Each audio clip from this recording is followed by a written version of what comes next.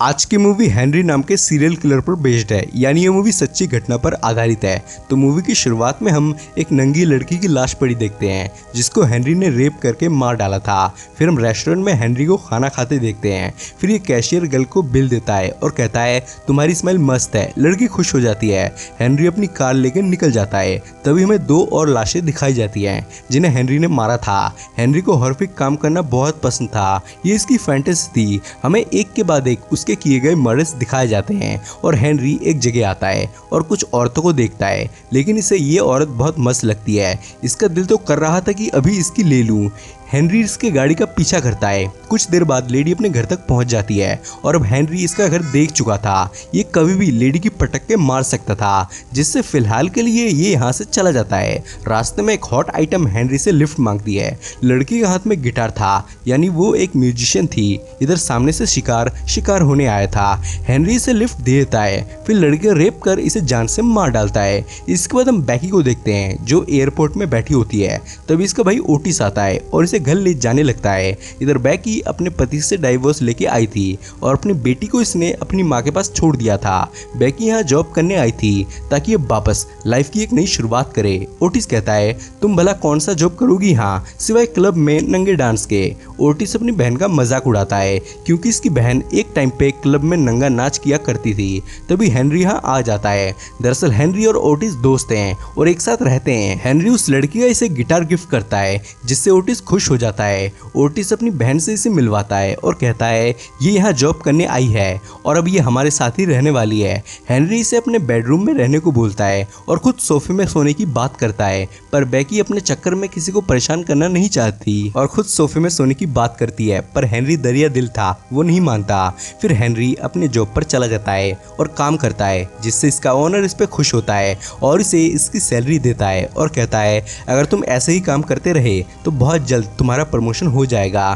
खैर फिर हेनरी उस औरत के घर आता है जिसका इसने उस दिन कार से पीछा किया था। हेनरी से कहता है वो एक हाउसकीपर है और आज फ्री में लोगों को सर्विस दे रहा है, जिससे लेडी इसे अंदर ले आती है। इसके बाद हमें लेडी की डेड बॉडी दिखाई जाती है। हेनरी ने इसका दबा के रेप किया था और फिर जान से मार डाला था। इधर ओटिस गैस स्टेशन में काम करता था। तभी ये लड़का इससे वो चीज मांगता है जो इसने एक वीक पहले इसे दी थी, यानी ये इधर ओटिस से ड्रग्स मांग रहा था, जिससे हमें पता चलता है कि ओटिस ड्रग्स भी सप्लाई करता है। ओटिस इससे पैसे लेता है, फिर कल शाम ड्रग देने का वादा करता है, जिससे लड़का चला जाता है। इधर बैकी मछली बनाते हुए ओटिस से बात कर रही थी कि हेनरी और तुम पहली बार कब मिले, ये बंडेलिया में कहता है। बैकी कहती है तब वो क्या करता था। ओटिस से इस बारे में ना जानने को कहता है, जिससे बैकी कहती है तुम तो बताने से इतना डर रहे हो कि मानो उसने अपनी माँ का मर्डर किया हो। ओटिस कहता है पहली बार तुम्हारा अंदाजा करेक्ट बैठा है, उसने सही में अपनी माँ का कत्ल किया है। उसने बेसबॉल से अपनी माँ और उसके बॉयफ्रेंड का मर्डर किया है।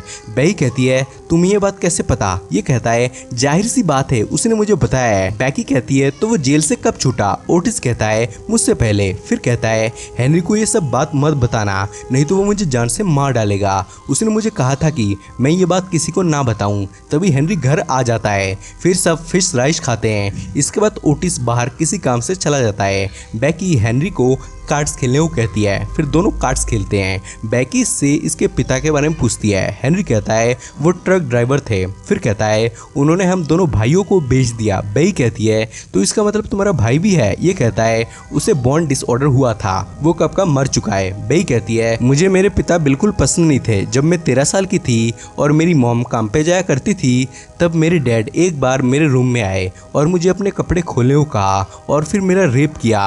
उन्हें मेरे साथ सोने में ज़्यादा मज़ा आता था, जिससे वो डेली मेरे साथ शारीरिक संबंध बनाते थे। मैं जब उन्हें देने से मना करती थी तब वो कहते थे वो मेरे पिता हैं, वो मुझे खाना पीना रहने को शेल्टर देते हैं, जिससे उनको ये हक है कि वो मेरे साथ इंटीमेट होएं। जिससे अब मैंने भी डैड के खिलाफ हाथापाई करना छोड़ दिया और वो डेली जब उनका मन करता तब वो मेरा रेप करते थे।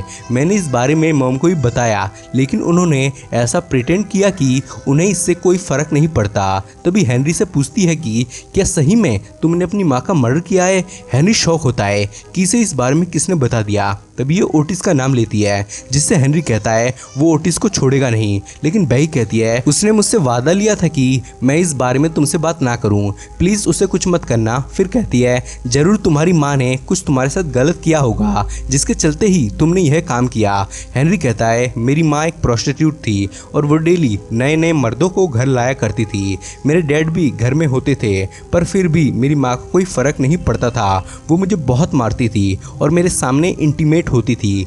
जब मैं देखना नहीं चाहता था तो वो मुझे मारा पीटा करती थी, जिससे मैं इन सबसे तंग आ चुका था। और जब मैं 14 साल का था तब एक दिन मॉम नशे में अपने एक यार के साथ घर आई और उसने बिना कोई मेरी गलती के मेरे सर में बियर की बोतल फोड़ी, जिससे मेरे सर पे खून सवार हो गया और मैंने अपनी माँ और उसके यार को भी जान से मार डाला। तभी ओटिस आ जाता है। खैर फिर अगले दिन बेकी जॉब ढूंढती है। काफ़ी देर ढूंढने के बाद उसे एक ब्यूटी पार्लर में जॉब मिल जाती है, जिससे वो बहुत खुश होती है और इन्हें अपनी खुशखबरी बताती है, जिससे ओटिस मजाक में कहता है ब्यूटी पार्लर में जॉब करने से अच्छा था तुम वापस क्लब में नंगा नाच करो। जिससे हेनरी कहता है क्या वाकई ये नंगा नाच करती थी? ओटिस हाँ कहता है, जिससे बेकी हेनरी को कहती है हाँ मैं क्लब में डांस करती थी, लेकिन नंगी होकर नहीं बल्कि एक कॉस्ट्यूम पहन के। फिर बेकी इन्हें अपनी नई खरीदी टी शर्ट दिखाती है, जिसमें लिखा हुआ था कि आई लव शिकागो, क्योंकि ये शिकागो में थी।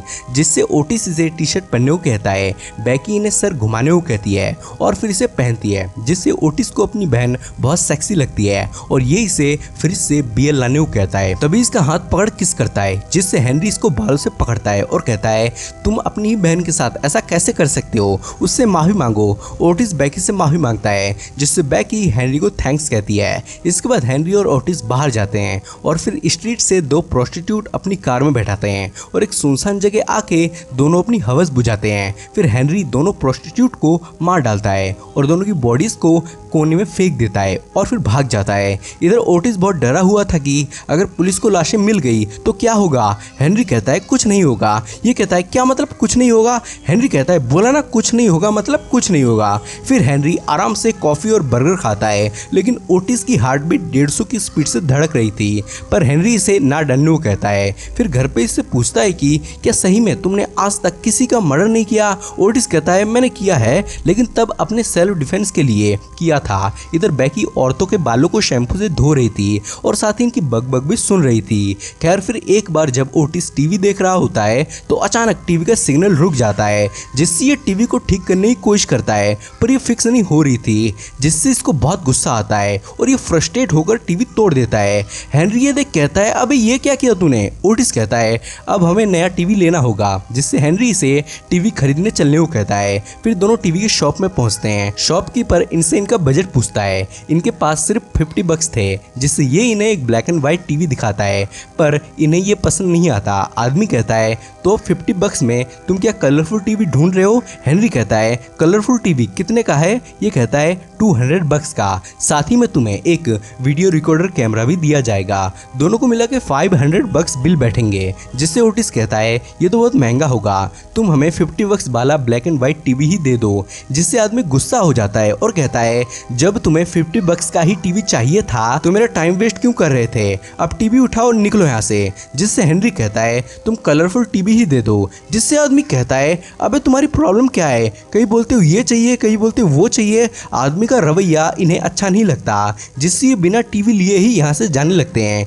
पर आदमी इनसे 50 बक्स मांगने लगता है और कहता है तुमने मेरा टाइम वेस्ट किया है। जिससे इनके सबर का बांध टूट जाता है और ये दोनों इसे ब्रूटली जान से मार डालते हैं। और फिर कलरफुल टीवी और कैमरा दोनों घर पे लेके आ जाते हैं और फिर बेकी डांस करती है, साथ ही हेनरी भी करता है। बेकी हेनरी को किस कर लेती है। ये सब एंजॉय करते हैं। इसके बाद ओटिस पुलिस स्टेशन में हर महीने की तरह हाजिरी लगाने आता है, क्योंकि ये जेल से सजा काट के छूटा था, जिससे इस पे हाजिरी लगाना कंपलसरी हो चुका था। पुलिस वाला कहता है तुम अभी क्या काम कर रहे हो? ये गैस स्टेशन में काम करने की बात बताता है। इसके बाद वो लड़का ओटिस से ड्रग्स लेने आता है। ये ड्रग देता है और इस पे गंदी नजरें डालता है, जिससे लड़का इसका नाक तोड़ के चला जाता है और ओटिस को बहुत गुस्सा आता है। हेनरी से पूछता है तुम्हारी नाक किसने तोड़ दी? ये कहता है उस कॉलेज के लौंडे ने, मैं उसे जान से मार दूंगा। हेनरी उसे ना मानने को कहता है, क्योंकि लोगों ने ओटिस को उसके साथ देखा था। अगर ये उसे मारता है तो वापस ये जेल में चला जाएगा।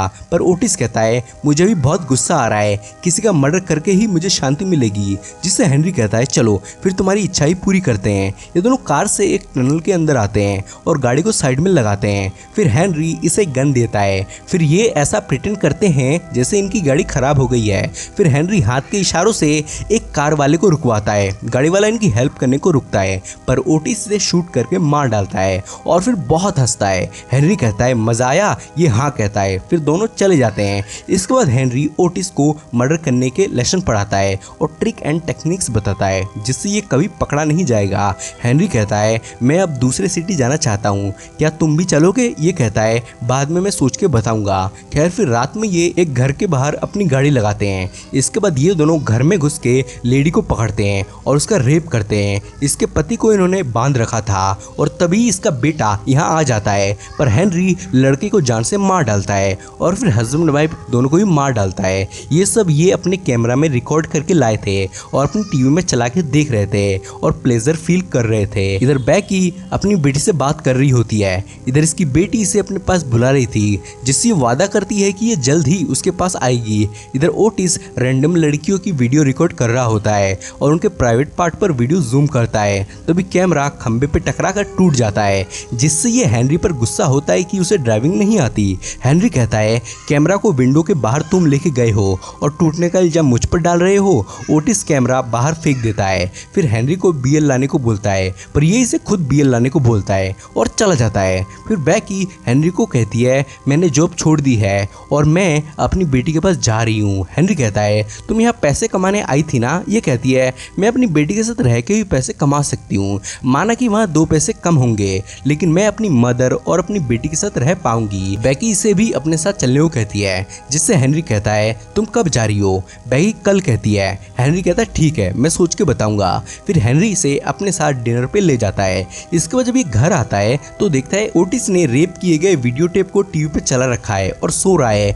हेनरी टेप को निकाल पॉकेट में रख देता है। तभी बैकी इसे रूम में ले जाती है और अपने सारे कपड़े खोल देती है और इसके साथ रोमांस करने लगती है। दोनों इंटीमेट होने ही वाले थे कि तभी बीच में कबाब में हड्डी आ जाता है और ओटिस कहता है अरे सॉरी मैंने डिस्टर्ब तो नहीं किया। हेनरी बाहर सिगरेट लाने जाने लगता है पर बैकी इसे जाने से मना करती है। हेनरी कहता है मैं जल्दी वापस आ जाऊंगा।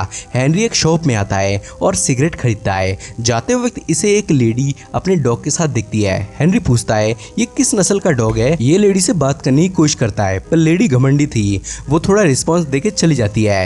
हेनरी लेडी को मारना चाहता पर फिर ये रुक जाता है और अपने अपार्टमेंट में जाता है। इधर ओटिस बैकी का रेप कर रहा था। रेप करने के बाद ये इसको जान से मार रहा था पर तभी हेनरी यहाँ आ जाता है। दोनों में लड़ाई होती है। ओटिस हेनरी के सर में कांच की बोतल फोड़ देता है पर तभी बैकी ओटिस की आंख फोड़ देती है। इसके बाद हेनरी ओटिस को चाकू से स्टैप करके जान से मार डालता है जिससे बैकी घबरा जाती है और ओटिस की लाश देख के बहुत डर जाती है कि अब वो क्या करेंगे। हेनरी से शांत होने को कहता है और कहता है वो सब संभाल लेगा।